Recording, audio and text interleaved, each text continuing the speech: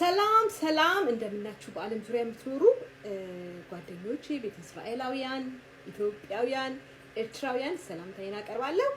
ይሄን ቪዲዮ እንግዲህ እንድሰራው ዛሬ እንደምታውቁት እንግዲህ የተከበረ ቀን ነው። ይህ ቀን እስራኤል 77ኛ ዓመት የምታከብርበት ክብረ በዓል ማለት ነው። እንግዲህ በዓሉ በተለያየ ሁኔታ ለሞቱት በማዘን ብዙ ሰሞኑን ሁላ የሚከበር በዓል ነው እና እኔ ብዙ ጊዜ ብዙ ዓመት እከታተላለሁ እና ዛሬ ግን በተለይ በቃ ይሄ እርጀንት የሆነ ነው ማለት ነው እና በተለይ ብዙ ሰዎች እየጻፉ ነው የበዓሉን አከባበር እና ስለዚህ በዓል ምንድነው መጽሐፍ ቅዱስ ነብያት ሁሉ ተናግረዋል።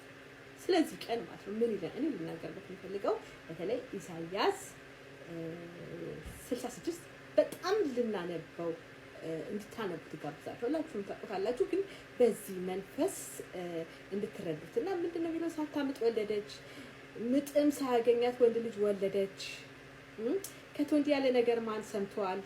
እንዲህ ያለ ነገር ማን አይቷል? በሆኑ አገር በአንድ ታምጣለች ወይስ በአንድ ጊዜ ህዝብ ይወለዳልን? ጽዮን እንዳማጠች ወዲያው ልጆቿን ወልዳለችና ያ አንዱት ወለደች ይላል። እንዴት ነው ይሄ ነገር? ይቻላል አይቻልም? ግን እንዴት ሆነ? በኔ በእግዚአብሔር የእግዚአብሔር ተአምራት ሁሉ ጊዜ የእስራኤል መመስረት እንግዲህ ከግብጽ ሲወጡ ሁሉ ጊዜ እስራኤል በተአምር የምትኖር ሀገር ነው።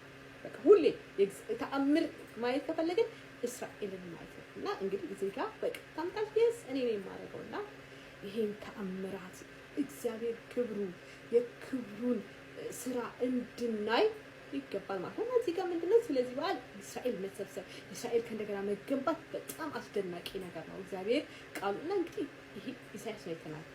በተለይ መጀመሪያ ላይ እኔ ወደዚህ ቃሌን ወደሚፈራ ነው የሚንቀጠቀጥ ነው ብሏልና እግዚአብሔር ምክንያቱም እግዚአብሔር የተናገረው ቃል የሚሰራ ነው፣ የሚባክን አይደለም። ቃሌ ሳይሰራ አይመለስም ብሏል። በተለይ ሰባኪዎች፣ በተለይ ተማሪዎች በቃ በጣም ቃሎቻችን የሚፈጥረውን ነገር ልብ ልንል ያስፈልጋል ማለት ነውና ስለዚህ ይሄ ኢሳይያስ የተናገረው ትንቢት በ1947 ዓመት አይደል እንዴ ወለደች ይላል። እንደ ልጅ ነው አይደል የተወለደችው። እንግዲህ እስራኤል አቆጥቁጣ አሁን ጠንክራ እናያታለን አይደል? ብዙ ነገር ተቋቁማ እንግዲህ ወደፊት ወደ ሚሌኒየሙ መንገድ እንደሆነ የመሲሁ መምጫ መንገድ እንደሆነ ነው የሚናገረው ማለት ነው በትንቢቱና ስለዚህ ምንድነው እንዲህ ብሏል እና አንዳንዴ ተአምር መልካም ነገር ብቻ አይደለም፣ እግዚአብሔር በሁሉ ነገር ጣልቃ ይገባል ብዬ አምናለሁ።